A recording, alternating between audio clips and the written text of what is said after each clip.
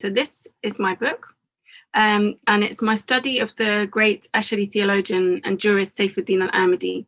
And he died in the year 631 Hijri, 1233.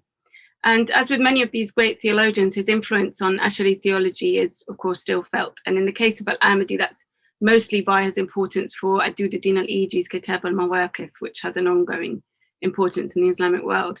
And he's clearly, obviously, rightly also celebrated for his jurisprudence. And Bernard Weiss devoted his excellent Search for God's Law to that subject. And then there's also a monograph in Arabic on his works of kalam by one of the sheikhs of Al-Azhar, Dr Hassan al-Shafi'i. And he writes on al-Amidi's kalam and falsafa using the works that were available to him at that time. But my book, for its part, is on the underexplored subject of how Al-Amidi responds to Avicennan philosophy.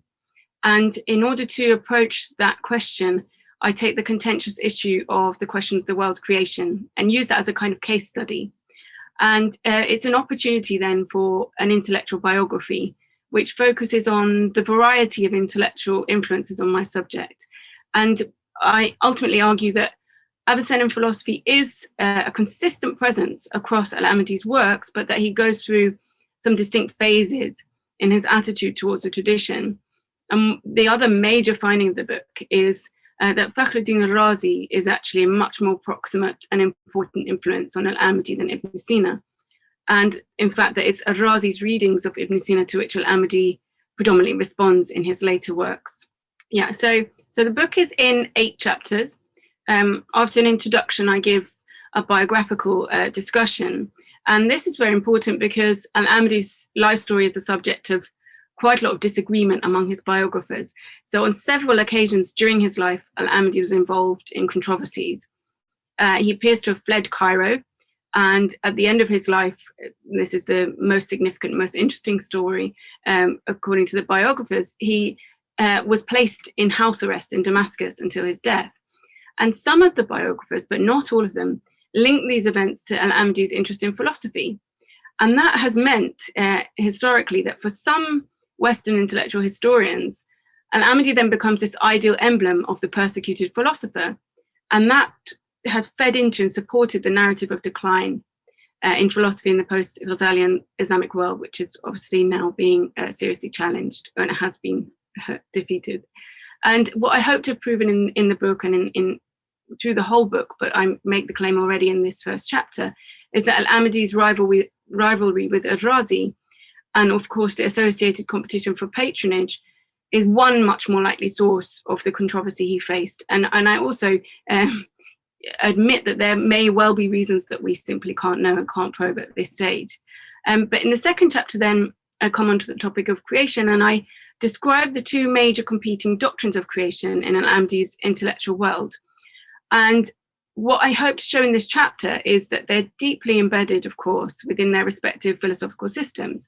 And the contention here is that it's Ibn Sina's distinction between the possible and necessary of existence, and also its associated conception of his associated idea of potency and actuality in the material world, which form the primary context for his doctrine of the world eternity. And on the other hand, I argue that the classical Ash'ari doctrine of creation and its associated cosmological proof for God's existence is embedded, at least in the way the theologians, the classical Ash'aris approach the question, it's embedded within the physical theory of atoms and accidents. And all this, of course, already suggests that a genuine encounter between these 2 doctrines is a much more complex one, philosophically speaking, than we might first think. Of course, it's much more complex than whether or not the world was created in time. And that lays the foundation for the rest of the book. So in chapters 3 and 4, I consider how Al-Amidi receives the possible necessary distinction, but significantly also I consider the materials of classical Ash'arism with regard to the subject of possibility, and how those also inform Al-Amidi's response to Ibn Sina and the way in which he appropriates certain ideas in this respect. And then chapters 5 and 6, I turn to the other major kind of context for the discussion of creation, to natural philosophy, and again look at the natural philosophical materials inherited by Al-Amidi from a variety of sources, and then demonstrate his own position on matters of physical theory, and also importantly that Ash'ari discussions of creation are increasingly alienated in his thought from the theory of atomism. And then chapters 7 and 8, in chapter 7, I treat the approach to the discussion of creation in Al-Ghazali, Al-Shahrastani, and Al-Razi, because each of these is a very important precedent for Al-Amidi's own thoughts. And then finally, in chapter 8, I chart Al-Amidi's own discussions of creation, and I do end up focusing predominantly on his works of Kalam, since that's where he offers his most original perspectives. Obviously, this period in Islamic intellectual history remains underexplored, and so it's naturally exciting to think about looking into some of the texts of this period in more detail.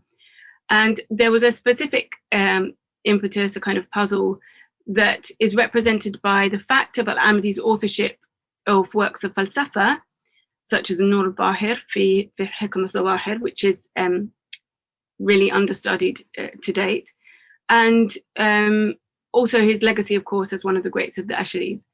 And I felt that the fact of his authorship of these works of different genres hadn't been sufficiently explained in previous scholarship. And also, I felt that I was in a very fortunate position, thanks to the growth of Ghazalian studies and also the significant advances in our understanding of Fakhruddin al-Razi, that I was in a better position to evaluate this issue than previous scholars. And so that was immediately appealing to me. And partly through Al-Amidi, I've become increasingly interested in the subject of disagreement more generally. So what happens to entrenched ideas about the nature of the world and of God's interaction with the world when those ideas are exposed to an entirely alternative worldview, as happened in the case of Al-Amidi and his peers.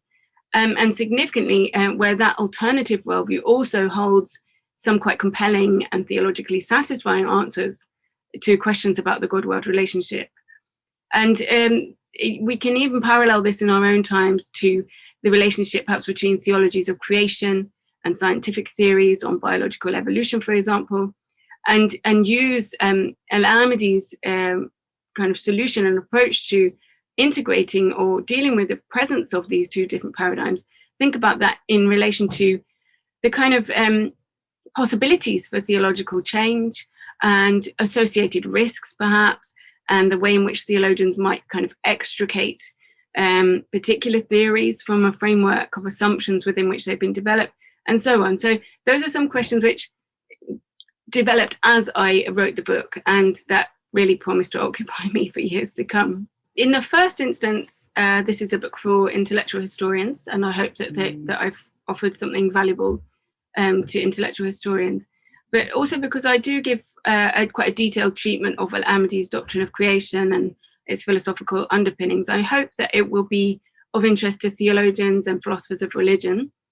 And I've also already had some interest from those working on the relationship between theology and science, because of the way in which I evaluate the natural philosophical underpinnings of Al-Amidi's doctrine of creation, and more generally the kind of place and role of what we might call scientific questions, such as the nature of matter, in his more strictly theological discussions. So I continue to work on Avicennan philosophy and on classical Ash'arism as well. And I'm becoming increasingly interested, as I said, in the subject of disagreement. So considering how evolutions within the Ash'ari tradition in particular relate to the presence of competing worldviews, competing doctrines, whether it's regarding creation, or I'm becoming more interested as well in the subject of substance and how substance is understood, but how evolution in a tradition can respond and show the significance of the worldviews that surround that tradition.